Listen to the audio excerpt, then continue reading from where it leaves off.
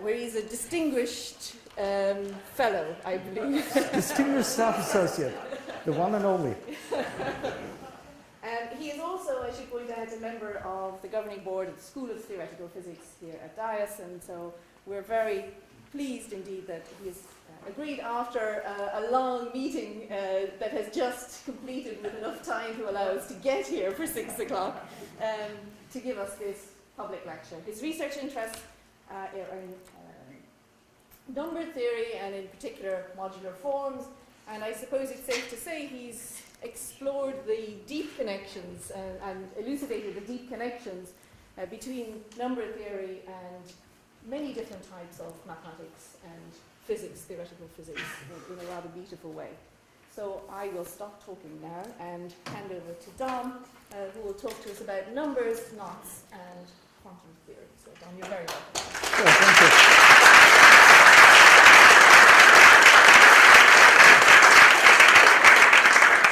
So, I'm also very happy to be here. I've been coming to Dublin now for quite a number of years as a member of the board, and I've heard one or two of the statutory lectures.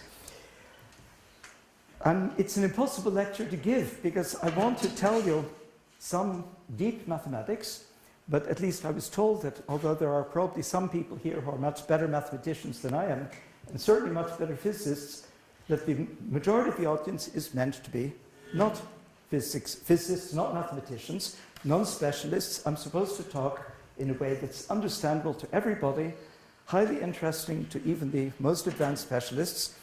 So I will start very easy. There will be more and more words as time progresses that you don't know, but please understand that you aren't supposed to know them. I won't try to define them. I'm trying to show how different fields come together, but still I will, of necessity, occasionally say something. Those things will become more and more esoteric. By the last 3 minutes, if all goes well, nobody except me will know what I'm talking about. But in the last 2 minutes, I won't know what I'm talking about either. So that's how it's going to be. So I want to begin with, actually it's my favorite example, I use it a lot, about what mathematics is. So mathematics is somehow different from other sciences in that, if it's a science at all, which is up to debate, in that you have the freedom to choose your own problems. So if you're a medical researcher, you wouldn't get very far publishing papers, in fact you couldn't get them published, on the properties of some gene mutation that has never actually occurred in any living organism, even if it's theoretically possible. You have to study something that people want to know about in medical research, cancer, Alzheimer's, something useful. But in mathematics, in pure mathematics at least, we know for decades now that that's actually not a good strategy. If you pursue what's immediately useful, you will do interesting mathematics, but the big breakthroughs will never come that way. And the things that run our present life, whether it's computers or bank security or GPS, all of those technological innovations that use very heavy mathematics, the mathematics was invented maybe 30 years, 50 years earlier. So mathematicians, typically pure mathematicians, choose a problem by some criteria, some feeling. So it sounds like what a luxury, you can just do what you please. But of course, if you choose the wrong problems, you won't get anywhere. Soon enough, you go into the job, and then you can do something else. So the question is, how do you know what the right problem is? What problems are good and what are bad? And what I want to show you in my first example is that you can't know. Nobody knows, even professionals. Given a question that comes up, you have to think about it as deeply as you can, maybe for weeks, maybe for years, and maybe it's a dead end. That's the only way we know how to find out. There's nobody in the world who can look, for instance, take, say, vertex operator algebras. I'm just giving a course on it now in Bonn, so I can learn it. The definition is so hair-raisingly complicated, anybody would say, what an absurd definition. But the people who developed it over 30 years, it slowly developed. Now we know it's a wonderful thing, but you can't tell by looking. So I'm going to start with 2 very simple examples. They look superficially simple. You're going to participate in both, and then there'll be a referendum afterwards. Familiar thought.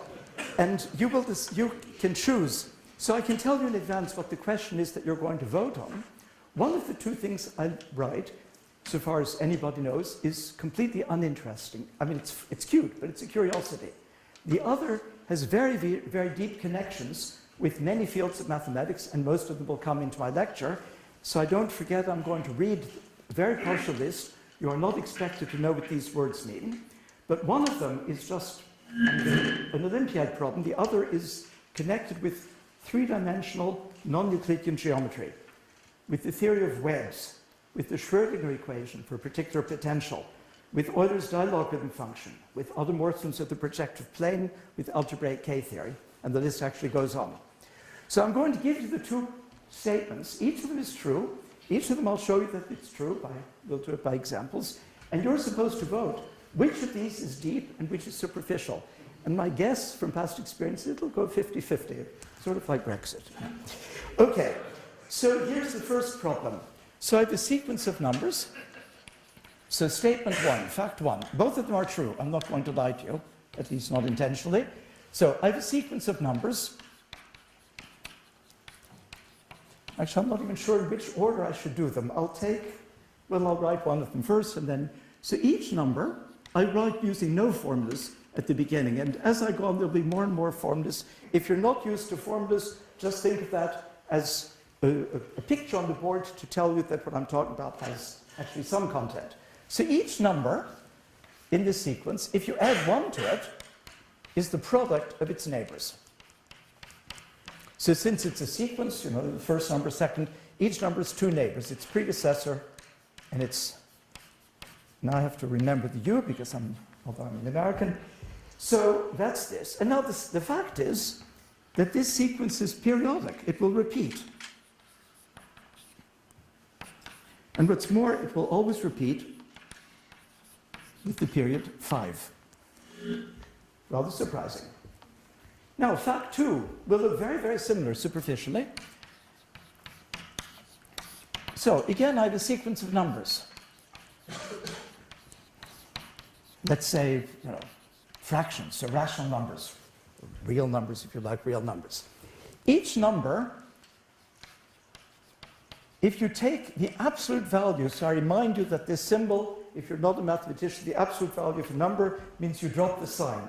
The absolute value of 5 is 5. The absolute value of -5 is also 5. You just throw away the sign of a number.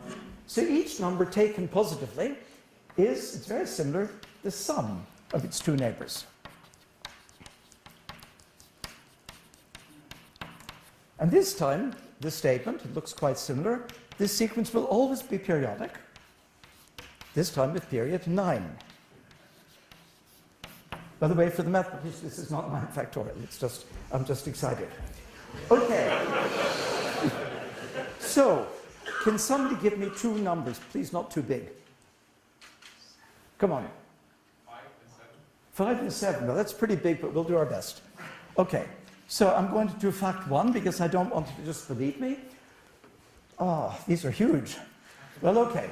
So 7, if I add 1, I'm doing the first fact, should be the product of 5 and the next neighbor. So that means 8 is 5 times something. So the something has to be 8/5. I'm sorry, there are fractions. The other one will stay with integers. Now, actually, it's a very poor example. Yesterday, somebody gave me 2 and 3. It worked out much nicer. Okay, but it will work. Now we add 1 to this number. That's 13/5. Oh, this is a terrible example. I wish you had it. 13/5 is 7 times 13/35. And by now you must be thinking, he's in big trouble. It's getting worse and worse. It's got to come back. So let's hope that this works. Now I add 1 to 13/35. That's 48/35. 48 is 6 times 8. And 35 is 7 times 5. So if I did it right, it's 6/7. And it's only getting better. Now I add 1 to 6/7. Well, it's 13/7. And 13/7 is 5 times 13/35. Now I add 1 to 5. And 6 is 7 times 6/7. And you see, I'm in business. It's repeated after 5 times. Now let's try the other one. I start with the same numbers because I'm playing fair. That's the numbers that came with most prodding from the audience. So 5 and 7. 7, taken positively, but it's already positive, is 5 plus its next neighbor, which is 2. 2 is 7 plus Well, minus 5, because 2 is smaller than 7. But now, it's not minus 5 that I take, it's plus 5. I throw away the sign. So 5 is 2 plus its neighbor. Therefore, it's 3. I'm doing it quickly just so you see that it works. You don't have to check my arithmetic. I never make mistakes anyway. So 3 is minus 5 plus something, so it better be 8. 8 is 3 plus 5. 5 is 8 plus minus 3. But now minus 3 possibly is plus 3, which is 5 plus minus 2. Now I'm getting worried. Minus 2 taken positively is 2. 2 is minus 3 plus 5. Ah, well, it's not so bad. 5 is minus 2 plus 7. And indeed, you see, after 9 times it repeats. And this will always happen. So, vote. One of these two facts is very deep, in the sense that it connects with all these fields. Not that it's difficult to prove. One of them is just of no interest. Who thinks that fact 1 is the deep one? Who thinks that fact 2 is the deep one? Well, I'm disappointed by this audience. I hope that more people would vote the wrong way because it's more fun. This is the deep one. This one connects with all of the topics that I mentioned at the beginning. And so, what I want to do in the talk, actually this particular one will relate to many of the topics in the talk, although you won't see that, but I'm not actually hoodwinking. You know, what I do need is some sort of a thing to erase what I've written, because do you know if there's something to erase with? Oh, that's very important, because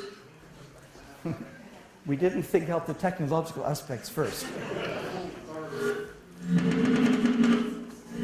We already have this kind of technological problem. I need to turn off the mic for a little while. I'll find a... Yes? What's that?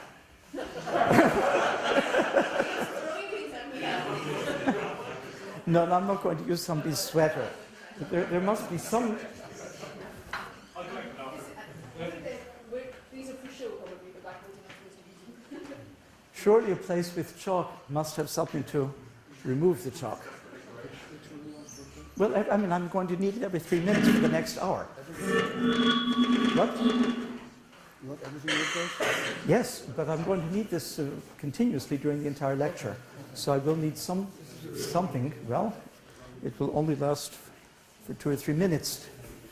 Especially, can I use this part of the board? Can you still see it? This thing is not too much in the way.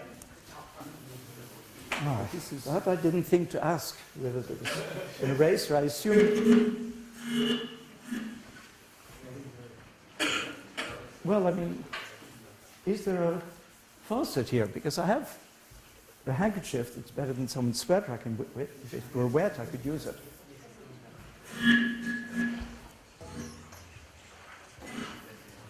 Okay, well, I should continue because we're on a schedule. So I want to actually talk in this talk about connections between very, very disparate parts of mathematics. Just to take off one of the mics because I think they're interfering with each I'm sure they are. I knew they would. So maybe we'll just take it off altogether. It's not that big. I think myself. This one? No, that one. Can you take this one? No, this is the one for the video. No, that's this one. Oh, that's this one? Yeah. This one. Technical interlude. Hopefully that's the one flashing. Sorry, no.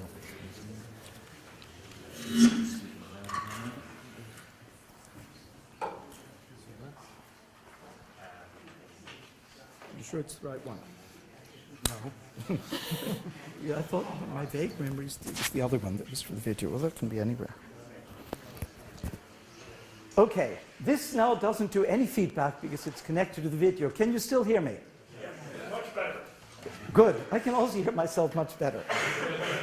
Okay, so I want to discuss developments that relate very different parts of mathematics. I'm a mathematician, I'm not a physicist, but to me, the most exciting single development since I started doing mathematics, which was by now 50 years ago, since, as you heard, I started so young, and since, as you see, I'm now not so young.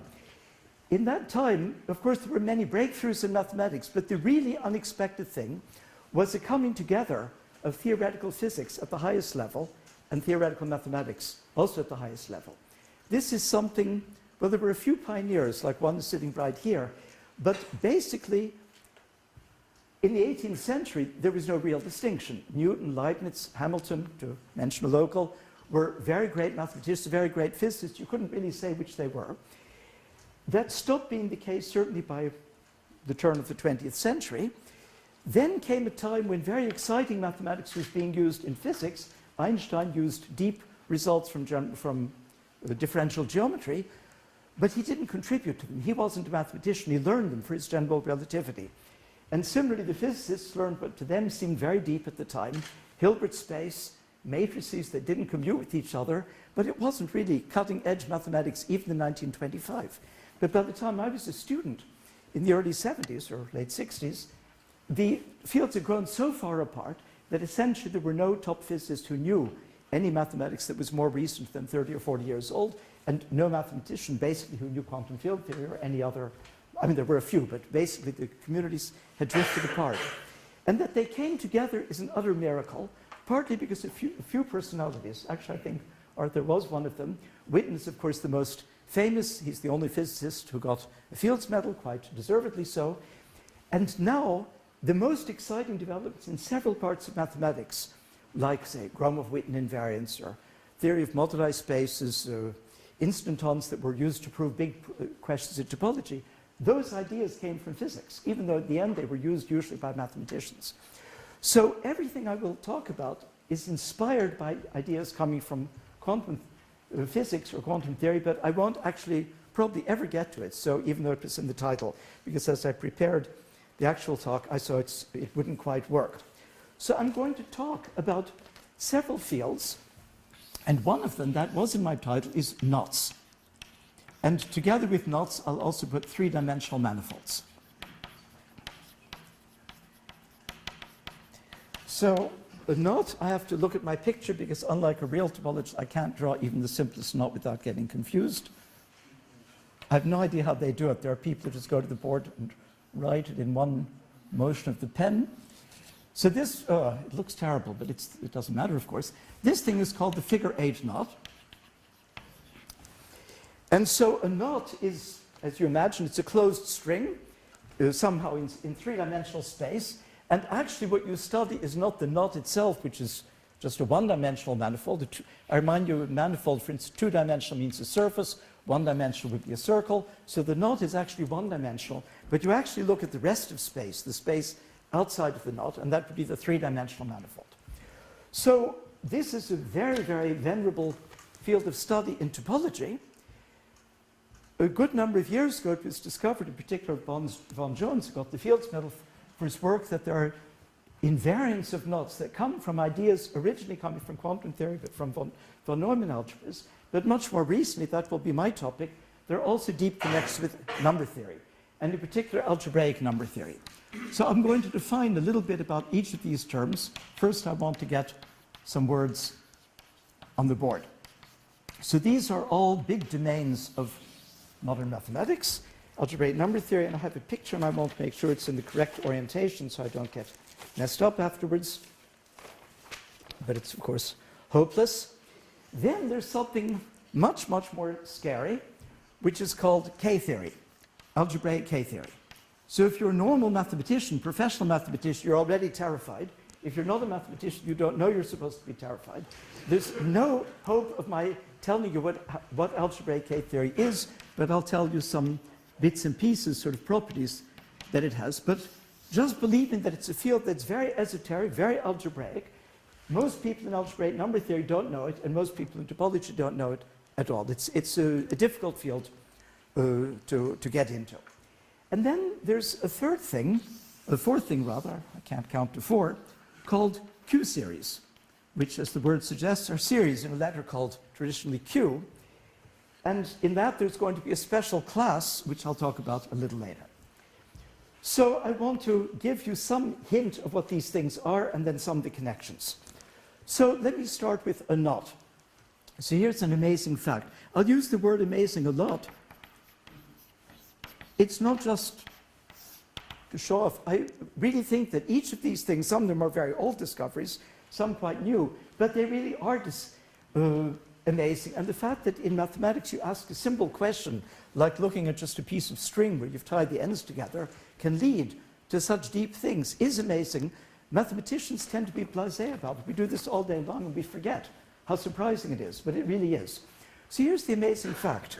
For almost all knots, so for all but a smaller class that I'm not going to care about, so for almost all knots, including the above example, which will always be my, I'll just call it figure 8. So this knot is an example. There is a unique way, so there's a canonical way. And let me say, to put a very special, I won't say what special means for the experts, hyperbolic, it's a constant negative curvature -1, to put a special metric structure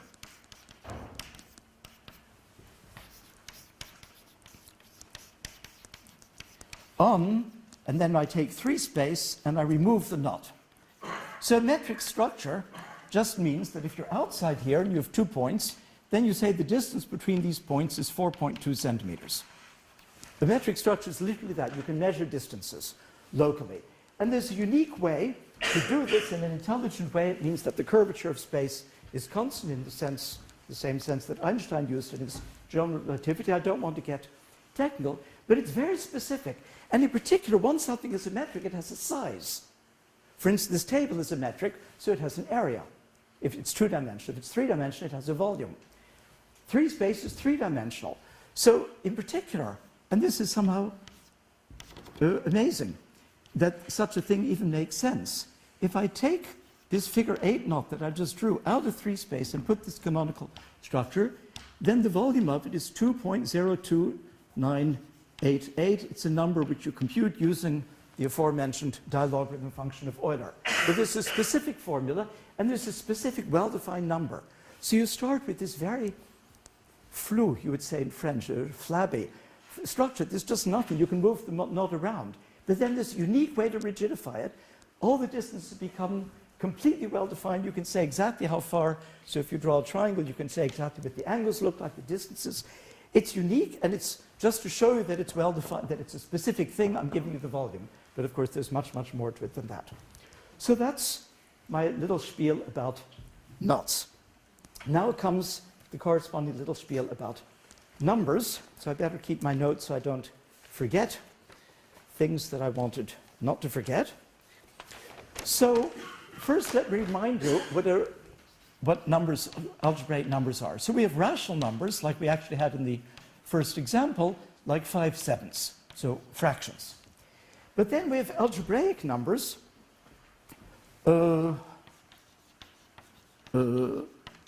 like, for instance, the square root of 5, which is not a rational number, as the Greeks already showed, but you can write it. It solves an algebraic equation. Its square is 5.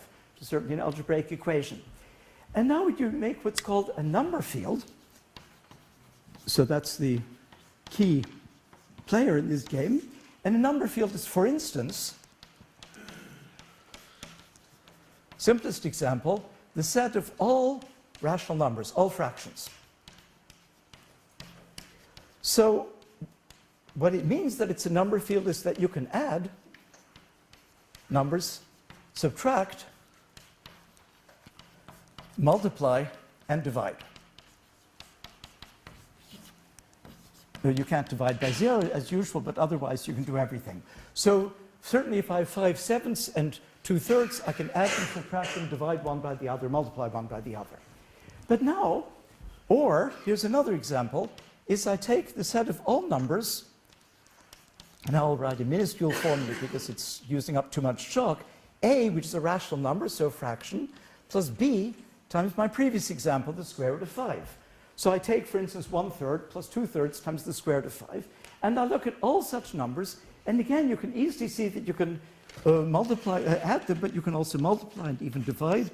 So just as an example, if you multiply 2 plus square root of 5 times 3 minus the square root of 5, 2 times 3 is 6, 2 times minus the square root of 5 is minus the square root of 5, square root of 5 times 3 is plus 3 square root of 5, And plus square root of 5 times minus square root of 5 is minus 5. And so if you add that all up, it's 1 plus the square root of 5, which again is of the form a rational number plus a rational number times the square root of 5.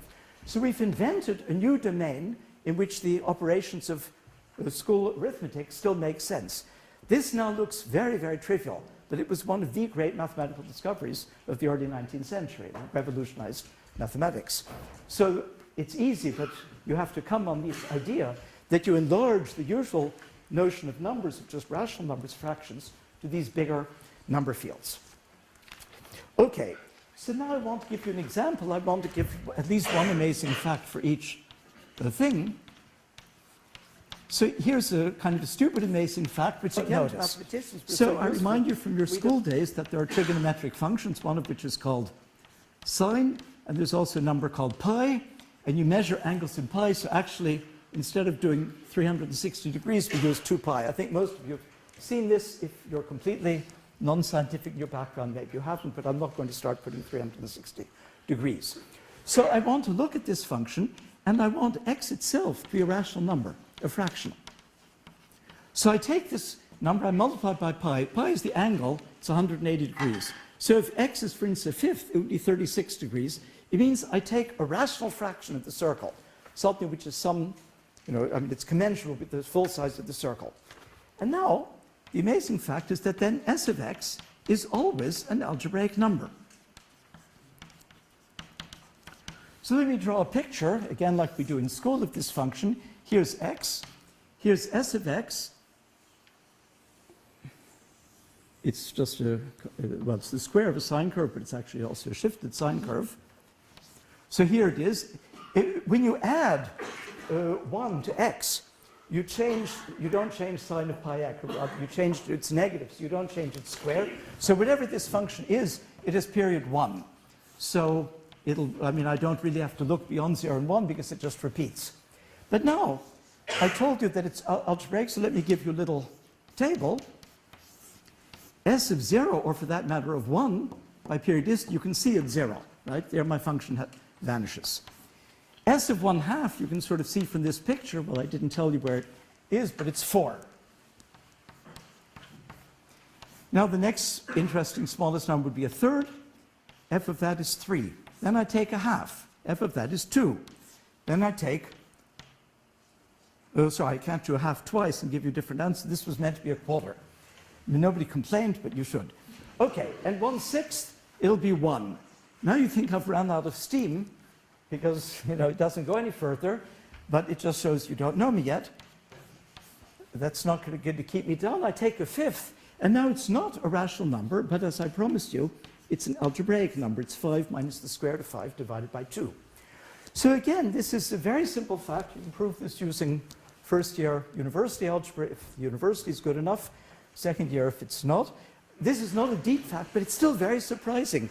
The fact that you start with this function, which originally came up in kind of physics and engineering to measure oscillatory things, and that is this number theoretical property, that its values at rational, so fractional values of the argument of x are always algebraic, is very nice. But that alone, of course, wouldn't get us far. But there's a deeper fact. So here's another fact. To every knot, so I'll use k for a generic knot, but usually it'll be my figure 8 example. And I usually use f for field. So f might be all rational numbers or all numbers rational plus rational times square root of 5. So a number field is something like that. It's combinations of finitely many rational numbers, finitely many algebraic numbers with rational coefficients. Such a thing is called a number field if you can multiply and divide. And now there's a very non-obvious fact indeed, which I can't explain to you, that to every knot, again, it comes from the same rigidity that I'd hear. But by miracle, there's a number field that appears. So you start with this knot, you can move things around. It looks completely, as I say, flabby. But if I take the figure 8 knot, then Fk is the field set of rationals plus rational numbers times the square root of -3 this time. That's just a fact. So again, amazingly, there's a connection, which I don't think was realized until maybe 30 years ago, between knot theory, which is 200 years old, number theory, which is also about 200 years old. And they look wildly different. This is part of topology. You move things around. It has no rigidity, no metric structure. And here we have something completely discrete. These are numbers, exact numbers like square root of -3 or 2.02988 dot, dot, dot. And somehow these exact things come out of the kind of flabby thing. Now, I want to take as my next example, well, I can take algebraic K-theory because since I can't say much about it anyway, what I can tell you is this. Here, so algebraic K-theory for you is just a black box. It's something, it's a theory. But to every number field, using this algebraic K-theory, you associate a collection of numbers, B of F, which is called, if you want to know what it's called the Bloch group, after Spencer Bloch. It's an extremely wonderful mathematician in Chicago. So there is a way to make a collection of numbers, let's say, called B of F, called the Bloch group. But now, if you have a knot, then remember we have this, and you have this for every field, but if we have a knot, we have a special field. Remember, if it was the figure 8 knot, the special field is rational plus rational times square root of -3. So whatever this mysterious Bloch group is, it exists, and it's, let's say, a collection of numbers, slightly oversimplifying. And now it turns out that the knot has a very special invariant, so that's called the fundamental class. So this symbol in our mind, if you don't know, it just means it's a member of this set. So this is a collection of numbers. This is a number in it, fundamental class. So again, not worrying what the words mean, I'm not trying to define them. You can associate now a very deep invariant to a knot, which is an element of algebraic K-theory, which is, as I say, something already rather esoteric. And it's, to make the K-theory, you need a field, and it is the same field that I talked about. But that's not important. So we have this fundamental class. Now I come to the last one, and now I will have to write one or two formulas. I also have to try to erase again, so I hope this now sort of works. Oh yeah, I wanted to keep that. I wanted to keep everything. I don't need these. I need the knot.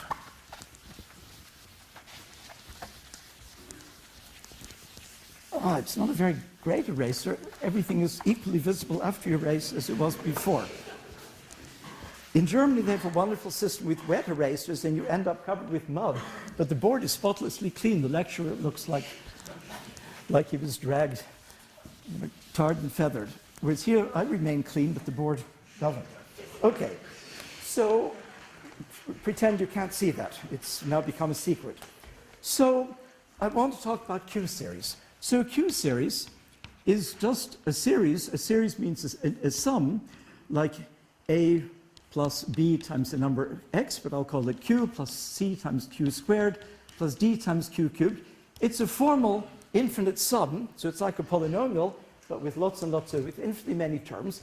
And you think of Q as very small, but we're not going to evaluate this thing. It's just a placeholder. It's a formal variable. So Q you think of as small, and A, B, C, D are integers, just ordinary numbers for us, like 3 and -2. Okay? So that's not a very exciting thing. But then it turns out there are amazing identities. Now I do have to write a formula. If you don't like formulas at all, just close your eyes and think of England. That's in a different context, perhaps. So I want to write, so I'll actually use full mathematical notation. I take the sum n from 0 to infinity, but I'll write it out a second. Q to the n squared, and you divide by 1 minus q times 1 minus q squared. You keep multiplying the first n terms. So let me write out what this actually means. So you start with 1. That would be if n is 0. Then the next term, 1 squared, is 1. So it's q over 1 minus q. The next term, 2 squared, is 4. So q to the 4th over 1 minus q times 1 minus q squared. Next term would be q to the 9th over 1 minus q, 1 minus q squared, 1 minus q cubed. And now, since q is very small, maybe you remember from school the geometric series, q over 1 minus q starts like this. But q to the 4th, this thing starts with 1, so the next term starts here, and later we'll get to q to the 9th. So you can add up this whole infinite series, and you get numbers. The first few numbers are 1, 1, 1, 1, 2. So now comes this utterly amazing identity called the Rhodes-Ramanujan identity. When you add this all up, it's the same as if you multiply infinitely many terms together.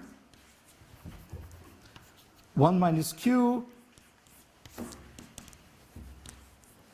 1 minus q to the 4th, 1 minus q to the 6th, 1 minus q to the 9th, and so on, where these numbers are all the numbers either 5i plus 1 or 5i plus 4. So you see 1, 4, 6, 9, 11, 14. Again, the details don't matter. The point is that you write down a very simple expression, and it's equal to some other expression that seems utterly unrelated to it. This identity, which is now 100 years old, has dozens of proofs by now, comes up very unexpectedly again and again in many parts of mathematics and physics. But now, I don't really care about the identity, but I want to explain a word. There's a reason that certain Q-series have such miraculous identities. And that reason is called the theory of modular forms. So again, I'm not going to explain in detail, but I can say something about modular forms. First of all, they're my great love in life, so that's my field. There was a conference for a birthday of mine 2 years ago. It was called Modular Forms Are Everywhere, because apparently I say that at every possible opportunity, but it's true, they're absolutely everywhere. And what a modular form is something with an infinite symmetry. So think of this function s of x that I had before. You see that it has a symmetry. First of all, you can reflect it. So s of minus x is equal to s of x. Right? You can reflect around an axis. But you can also move it by one period, and then it's the same periodic curve. So it's also s of x plus 1, but it's also x of x plus 17. So it's an infinite symmetry group, but a very, very simple one, just translated by integers. But this class of modular forms, I won't go into it, they have, after a small change of variables, they have an infinite group of symmetries of a much more subtle kind. It's a non-abelian group. It leads again to hyperbolic geometry, to all of these things. It's a wonderful class of functions. It takes a little getting used to, and I'm not going to write down certainly the definition. But if you're an expert, as I am, if that's what you do, then if somebody shows you a Q-series, you might be able, if you're lucky, to recognize it and say, yes, what I didn't say yet, every modular form is a Q-series. It has such an expansion. But not every Q-series is modular. It's very, very rare. But if you know a lot of modular forms, you might look at one and say, aha, that one is modular. So the reason that this crazy identity holds, the deep reason, is because both sides can be shown independently of each other to be modular forms. And then there's a magical property of modular forms. The definition, which I haven't told you, is so strong because of this infinite symmetry group, that if you have an identity that you think is true, and if both sides are known to be modular forms, then you're finished. It is true. You just have to check the first few coefficients. It's automatically true. It's like an automatic machine for proving theorems. So here we know, because of work of Jacobi, that this is a modular form. We know from work maybe of other people that this is a modular form. And then this deep symmetry, this infinite symmetry that I haven't explained, tells you that. So now, of course, I want to relate these things to each other. And the next hero is Werner Nahm. He's sitting right there. He made a discovery many years ago, based completely on ideas coming from quantum field theory, from conformal field theory, that was utterly amazing to mathematicians. I fell in love with it as soon as I saw it, but many, many people have worked on it. And so he said, let's look at this Rhodes-Ramanujan function, and let's just play with it a little bit. So here is, let me put a coefficient, like for instance 3. So I do exactly the same thing, but I'm going to put q to the 3n squared. So here, of course, this won't be the same. I put 3 and 12 and so on. Now we've messed it up. It's probably not a modular form. And that's just where we're going. It essentially never is. And he guessed what is the magic criterion that tells you. But it turns out it's a little too simple. In this case, if you take this one is a modular form, if and only if there are only 3 values of A, either 1, 2, or you can also take a half. So it's kind of a little stupid. But to have a more interesting class, Werner made n-dimensional things. So for instance, the 2-dimensional thing would be, instead of just one positive number n, you have 2.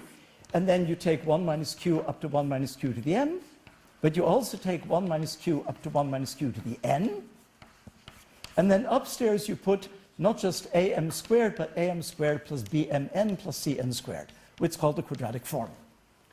So now we have something new. We start with the quadratic form. So this might be, for instance, 3m squared minus mn plus 5n squared. So it's just some so-called quadratic form. And then Werner asked the question, there's no motivation yet. He asked the question, is this thing modular, or when is it modular? It's certainly very rare. So here we saw, even in the one-dimensional case, a, which is not even an integer, all rational numbers, it only happens 3 times. So the question is, why those 3?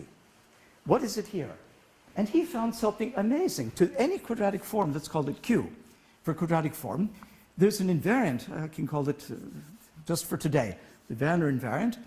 And this invariant is in a place that was completely mind-boggling. It's in this block group of some field. It's in algebraic K-theory, a field which nobody would have conceivably guessed could have any bearing on this question. But so there's an invariant, let's call this maybe I should call it N, because we're not all on first name terms with them, so let's call it the Nam invariant. So given such a quadratic form, and it's very explicit, this 3n squared, you can write down an element, just as we did from the knot, in algebraic K-theory. I can't show you because I haven't told you. But I can tell you something, just for fun. This block group, this algebraic K-theory, I'm suppressing the definition, but it works exactly because of fact 1 at the beginning of the lecture. It's the fact that that thing had a cycle of length 5 that makes the whole thing work. Without that fact, there wouldn't be the whole field of algebraic K-theory. So that's what I told you, that this innocent-looking thing, kind of elementary school mathematics, leads to a deep theory. But be that as it may, you have this algebraic K-theory, whatever it is, and to a quadratic form, you make this. So now, what we've done is we have a quadratic form gives a Q series. So, sorry, Nam, it's not for every Q series, it's for the Nam sum. So this Nam sum, this one we can also call maybe a script n. It depends on this quadratic form. So this Nam sum will give us a class in K-theory. But then his conjecture, which I can already reveal, spoiler, is now a theorem, is that if n belongs to this class of modular forms, that's this thing that we're trying to identify, then this invariant, which I gave the other name, straight NQ, has to be 0.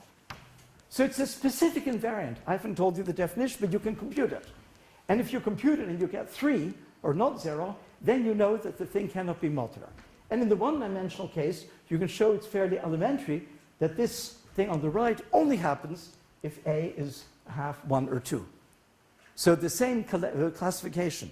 But as soon as we go to 2 or higher dimensions, we don't know how to classify either the ones where this is modular or the ones where this is 0. But we do now know, that's the recent theorem, which I'll come to, we do now know that this Nam conjecture is true. What's beautiful about it, certainly for you, if you have never seen any of these things before, Q-series, modular forms, or K-theory, who cares about this statement? True enough. But the exciting thing is that it relates to very, very big fields of modern mathematics, the theory of modular forms, the theory of algebraic K-theory, which seemed as distant as, I don't know, classifying butterflies and the structure of icebergs or something. I mean, it's just, there are two fields of science that don't seem to have any conceivable contact. And the amazing thing is that he found this connection, and to me, more amazing, he found it not by studying Q-series or modular forms or K-theory, but conformal field theory, a special kind of quantum field theory. So this thing was totally invented. I mean, it arose through ideas coming from conformal field theory. So now let me go back to my story. I have a watch here somewhere so I don't go too much over time. I want to keep, let me remove these series, I don't need them anymore. But I want to keep this number that I just erased. So now I'm coming to more recent work, which again makes very, very surprising connections that I'm going to at least try to give you a feeling for.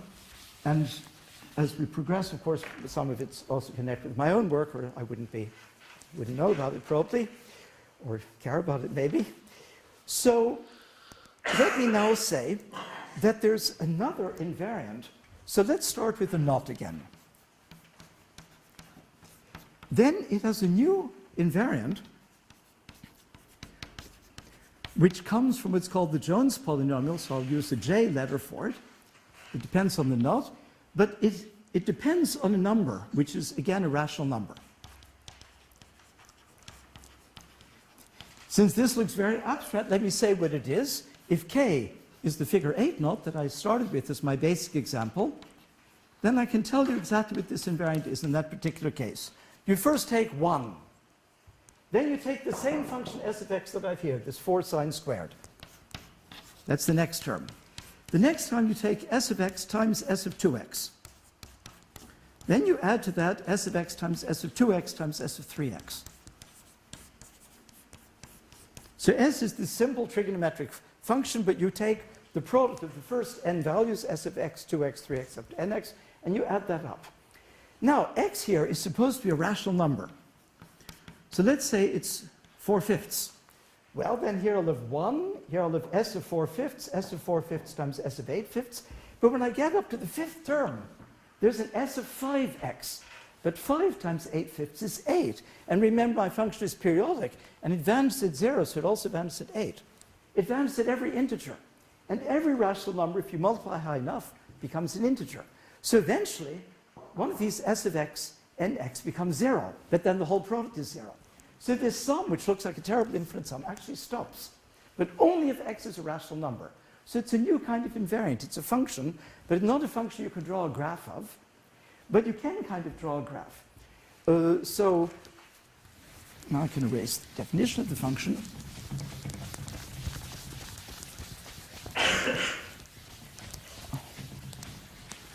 So now if I were using a beamer, I could show you a very pretty picture. I have it here, but I'll just draw it for you. I'm going to draw you. Well, first I'll give you... No, maybe I'll just... First I'll actually draw it. So when you draw this picture, it's periodic, this j, so if you add 1 to x because of the periodicity of s, it's the same, so I don't have to go beyond 1. If you draw it, I have a picture if anyone wants to see it afterwards, they can come up to the desk and look. And here's what the graph looks like. Except my computer made 100,000 dots, so it's much grayer. It's just a cloud. It's not a graph like the graphs you have, like the one I drew before, the graphs in school. This is not a reasonable function. But if you look at this function j of x, well, first of all, as I already said, if you compare j of x with j of x plus 1, they're simply equal, because the thing is translation invariant. But if you look at j of 1 over x, well, it's not equal to j of x, but if you take the difference, then here's the graph of that. It's got a bunch of breaks, but it's now a completely well-defined curve. It's not a smooth curve, it has little jumps, but it's an actual curve. So something amazing has happened, and actually this is a new kind of object. I discovered this experimentally about 10 years ago through conversations with Werner Nahm and Sergei Gukov, another quantum field theorist. So I called these things quantum modular forms. They aren't like usual modular forms. A usual modular form would have a similar symmetry. It would be invariant under x plus 1. It would simply be invariant over 1 over x. But here it's not quite invariant, but the difference becomes somehow a very reasonable thing. So you get this strange quantum modular thing. So why is that interesting? Well, because it actually goes much further. I take this same invariant, I'll stay with the case of the figure 8 not, because I can be much more explicit. So let's look at the values here on the far left. So let's look for the figure 8 not just at 1 over n, where n is a big number. Then it turns out that this is approximately equal to e to a constant times n. And that's supposed to be true for every knot. Right now, that's the most famous open conjecture in all of knot theory. It's that for every knot, here it's proved, but in general it's only proved for a handful of knots. For any knot, if you take this strange invariant which always exists, here's the formula for the figure 8, then if you look at it at 1 over n, it blows up exponentially. Well, you'd say, so what? But this invariant, well, in this case, you take the number 2.02988, and you divide by 2 times pi, which is about 6.3, so it's about 0.32. But that's the conjecture that this number we had before, maybe I raised it. This was the volume of the knot that I explained is this rigid invariant that has no reason to exist, no right to exist, but it does exist.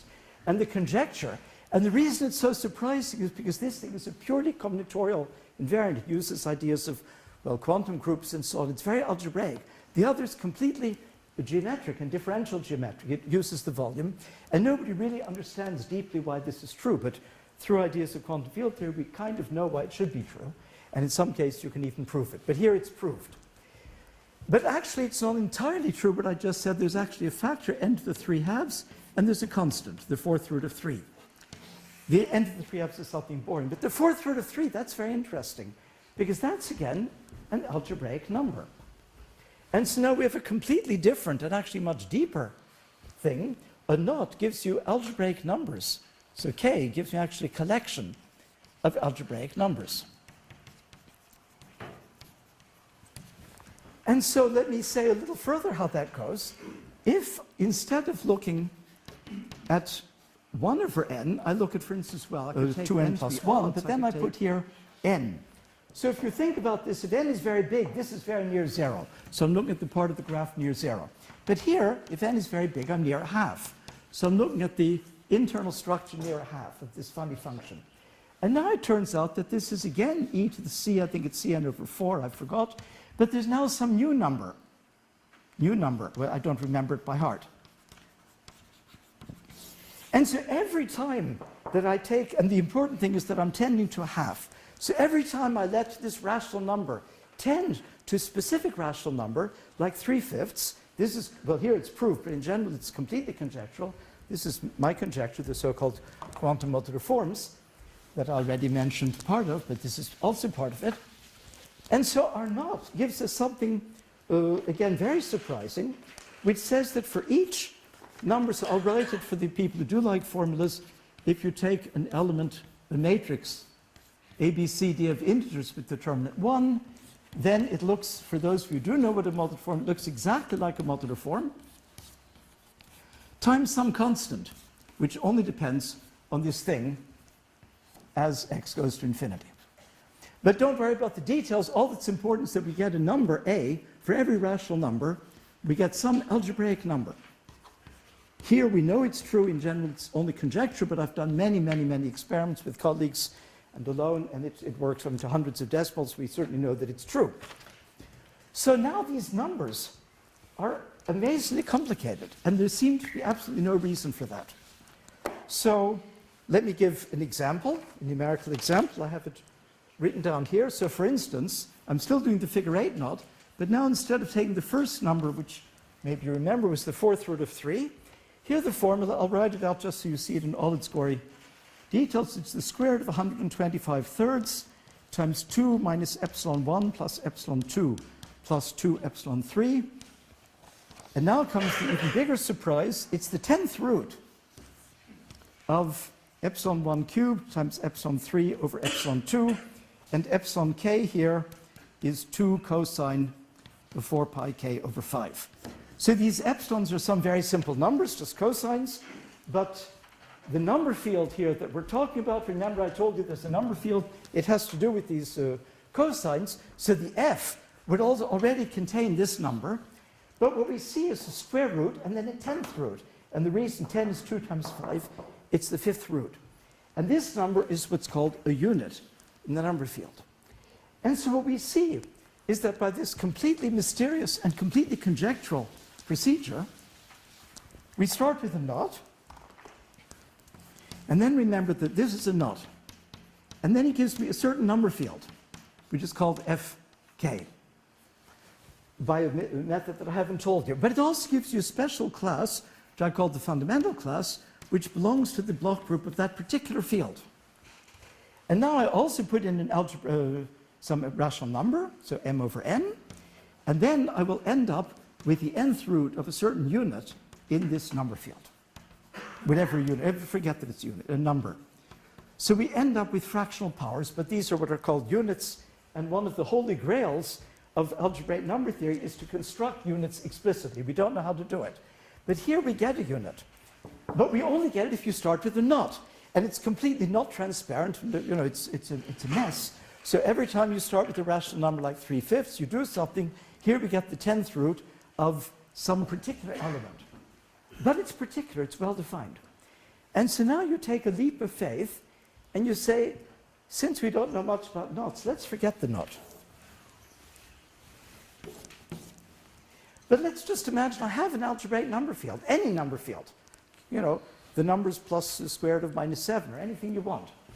And you have an element, whatever it means, in this block group. And you have a rational number, like, 3/5. So this will be 3/5 will be the 5th root, let's say, if I square the other thing, of a number in F. So you might be led to the conjecture, maybe the knots play no role at all. And that turns out to be a theorem. So this is a theorem of, I don't know if the names matter since you won't know them. It's Frank Caligari, Stavros Garoufalidis, myself. It's 2 years ago. And the theorem says that given any number field and any element in its K-theory, in this funny block group, and any rational number, there's a canonical way to produce a unit. And you can calculate it. And when you do calculate it for this particular field, every time you do it, you get indeed just the one that motivated the whole conjecture. But this theorem you can prove. It's a theorem motivated by a special class of examples, none of which are proved. They're only numerical. So it's a crazy way of finding a theorem, but in the end it's a true theorem, and you can prove it. And then what was a complete surprise to us, about 6 months after we proved it, one of the 3 co-authors, Garoufalidis, said, you know something, guys? I think our theorem implies that Nam's conjecture is true. And once we realized that, within a day we had the proof. So this state, which seems to have absolutely nothing to do with it, implies, so W equals R, Werner is right. So his conjecture was in fact true, that if this thing is ever going to be multiple, then the invariant that he had defined in this block group has to be 0. And that's because, well, roughly, if the class in this K-theory is 0, is not 0, then you will end up with a unit which has nth roots for every n, and there isn't such a unit. So you get a contradiction. But, I mean, it's a 2-page proof, but it's only 2 pages. The rest is 50 pages. So it's relatively easy. And this was completely unexpected. We had no idea what we were working on had any connection with Nam's conjecture. So that's the main story I want to tell. Since it's only exactly 7, and I was held up a little bit by being so lavishly introduced and by having problems with the chalk, with the eraser, I'll take another 3 minutes. Because in the abstract, I said if time permits, which it didn't, but I will make it permit, I will tell you briefly about one other thing. So there's something called mock modular form. This is mock in the sense of mock turtle soup. So not that it makes fun of us, but that it's not quite real. So mock modular forms. So the famous Indian mathematician Ramanujan, who had come to England in 1912 to work with Hardy, had been very depressed, partly because of the English food, had gone back to India, where he died a few years later in 1920. But just before he died, he was very depressed, unhappy. He was very happy. 4 months before he died, he sent an ecstatic letter to Hardy. I have discovered a most wonderful class of functions, which I call the mock theta functions. Theta function was the word used at that time for what we would call modular forms. And he gave 20 examples, and they looked exactly like Nam sum, or like the Rodus Ramanujan. The simplest one is exactly the same, but you put plus signs. So they looked very familiar, but somehow they also had amazing identities, but they weren't modular.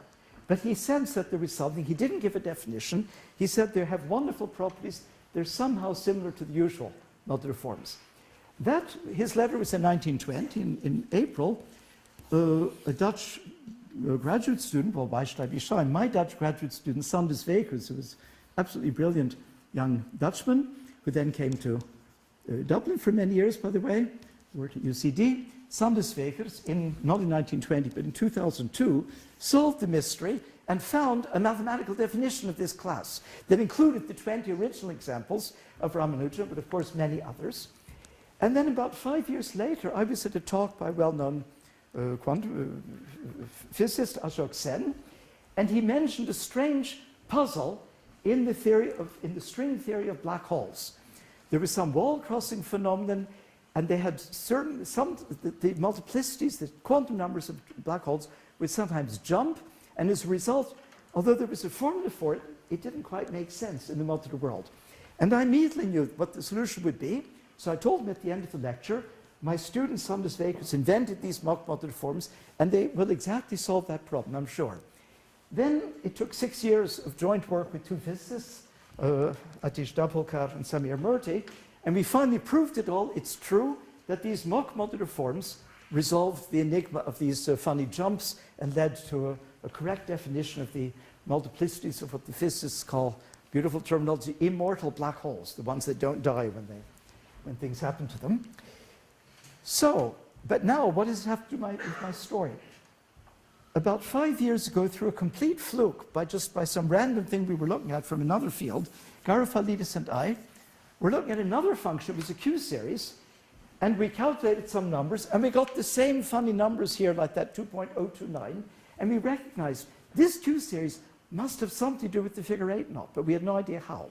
At that time, nobody knew how to associate, that's the last part of my diagram, to a knot, a Q series. And we found that you could. And after 3 years later, we found that for the figure 8 knot, there were actually 2 Q series. And then for some other knots, we could do it. But then Gukov, whom I mentioned earlier, and collaborators, including Kumbro and Vafa, did something starting about 3 years later, not for knots, but for other 3 manifolds, for closed 3 manifolds. And they also got Q series. So suddenly there was a connection. And actually, I had, in a much earlier paper, in 1999, with the Ruth Lawrence in Israel, I had done it for a very simple 3 manifold called the Poincare sphere. We had written down Q series, and we showed that that one was a mock modular form. And so it turns out that for simple manifolds, exactly the ones that don't belong to this good class of hyperbolic, you get mock modular forms. But for the others, you don't. And now it's back to Leitnam's conjecture. You get functions that have no modularity properties, so what do?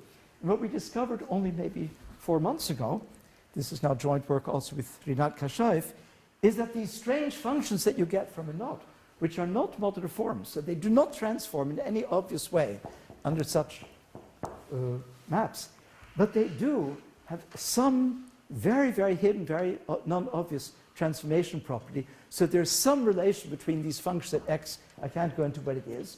So it's actually a new kind of modular form. Modular forms are 200 years old, but suddenly we have a new kind of function that is a much weaker property, but still it's a very strong property.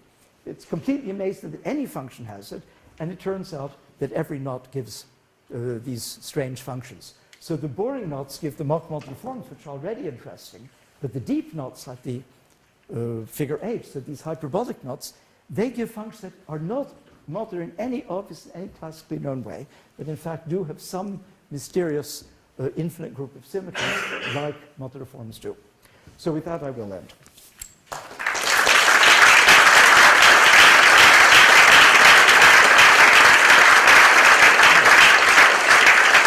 Yes, when I wrote the letter J, I was thinking of, I think I've said it's connected. The actual invariant I wrote is called the Kashaev invariant. It was just invented by the same Rinat Kashaev, a very, very brilliant Russian mathematician, well, actually not Russian, but ex-Soviet mathematician, who is now our third collaborator on this new project with the modular forms. But it was noticed 2 years ago by two Japanese mathematicians who are not brothers, but are both called Murakami, that you could deduce his invariant, you could write it in terms of the Jones polynomials. So to be very specific, for those of you who do know what a Jones polynomial is, the Jones polynomial for knot is some polynomial, but there's also a so-called colored Jones polynomial where you put it Q, and if, remember my Q, well, my X, sorry, I had a function that depended on x, which was a rational number. Here you have to take e to the 2 pi ix, but since x is rational, I can always choose some number n such that this is n times x is an integer. And then it was shown by the Murakamis, if you take the Jones polynomial at e to the 2 pi x, but the colored Jones polynomial with any such n, then you get the Kashaev invariant. So the one I was writing down was the Kashaev invariant. It was originally defined in a completely independent way, but it is directly related to the higher Jones polynomials. But that's obviously a question for experts. I mean, such words didn't occur in the talk. So basically, this is kind of like a volume conjecture, which you could describe it. And usually, this can be expressed in terms of correlation functions in change sign of zero? I think that this is much too technical for the level of this talk. We already at Jones, but no correlation in terms. Has to be private, My Gavin. question would be if, well, correlation Yeah. or observables of such theory now are relating variance in number fields. I have no idea, because actually you've lost me, let alone the audience. I didn't know that there's any connection with correlation functions. I mean, now we're getting into very technical level. You can ask me privately, but we should keep it, I think, elementary at the level of the lecture, because it's not. Of course, there are specialists here, and obviously, from the two questions, people know more about it than I do, at least some of the parts. But I don't want to turn you on. It's just not fair to people who have no idea what those words would mean. I have an elementary question. Based on your second amazing fact, the sine of 1 degree angle is an algebraic number. Yeah? As far as I remember from my school years, you can't make 1 degree angle with a ruler and a compass. That's right. Is there any contradiction here? No, to the contrary. That was, so there's a famous story in mathematics about Gauss. Actually, there are about 50 famous stories about Gauss, most of which are visibly false. This one, I think, is actually true. Gauss was a very gifted linguist. He spoke, for instance, he wrote absolutely beautiful Latin. He wrote beautiful French and so on. He taught himself Russian when he was over 60, just to see if he could still learn a foreign language, and learned it very well. And until he was 17, he couldn't decide whether he wanted to be a mathematician or a philologist. Luckily, he decided the right way. And the thing that decided him was that he resolved that very question. He showed that, so indeed, all of these numbers are algebraic. But the only thing you can solve with the compass and straight edge is you intersect circles and lines. And when you do that just by solving the equations, you immediately see you're only solving quadratic equations. So anything you can do with a geometric construction, Euclidean, ruler and straight edge, compass and straight edge, you can only do if you have an algebraic number which you get by solving quadratic equations, which we all learn in school, they have degree 2, but then you can have a quadratic equation of a quadratic equation. So you're perfectly allowed to have not just 5 plus the square root of 5, but 3 plus the square root of that thing divided by 7. You can keep iterating, but only square roots. And what Gauss showed is that if you take an angle, which is, for instance, 1/9, so 40 degrees, then that particular number, which is algebraic, can never be gotten just by square roots. You have to take a 9th root at some point. And it was that theorem, which of course made him extremely famous, but he himself realized that not every 17-year-old could have probably proved that particular theorem. He decided, maybe I'm a mathematician after all, which it turned out he was right. It's good to have a sign. Yeah. Started. So thank you. They're a very good question. Yeah. The metric you mentioned, is it an existence metric, or you can explicitly write it down? You can absolutely write it down. So much so, there's a program called Snappy, like a snapping turtle, Snappy, S-N-A-P-P-Y, and you can actually go to the screen, draw with a pencil some random knot. And you just keep moving it. I mean, if you make 500 crossings, the program will take years. But you can make a very complicated diagram. You actually do it with overcrossing and undercrossings, and the program in 5 minutes will compute this metric, tell you the volume, tell you the distances, tell you everything. It's completely explicit. That's at the level of what you said. For those who know at least some of these words, if we take, let's call it, I don't know what to call it.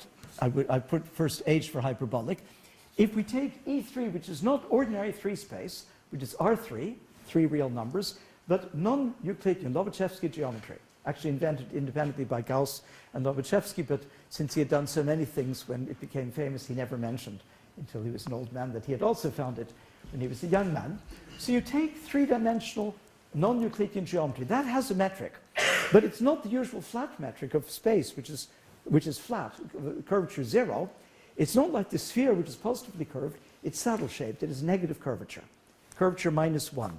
And the theorem is that the original 3-space, so I'll now write the mathematical language, 3-space with the 3-sphere, if you wish, minus the knot, is always the quotient of this thing by a discrete group. And that group being discrete, you can actually write it down. It's given by matrices, and the program will do it, which is quite amazing that this is actually programmable. So it's completely explicit, and you can do it for very complicated knots, and all of these calculations you can do. You can find everything I said is not abstract words. All of this, and we have programs that produce 200-digit numbers, and they always agree with the conjectures, even if we don't know how to prove the conjecture. It's all very, very concrete mathematics. Very beautiful. Thank you. Can I ask you a question? Yes, please. Do these considerations apply to any closed string manifold? Yes, but not. How do they behave under connected sums? Yes, but they don't apply to me because I'm actually not a topologist, although I started life as a topologist when I was a graduate student. I moved to number theory. My collaborators are, I mentioned Gurkov a couple of times. Here I said that this thing that the one we did, we started with knots, and they start with closed three manifolds. However, there was one word that played a key role that I kind of suppressed. At the beginning, when I talked about the figure 8 knot, I carefully said for almost all knots, a very big class, including the figure 8, but not including the small class. Those are the so-called hyperbolic three manifolds. And they're exactly the ones that have such a representation. Whether they're closed or open, they are representable in this way.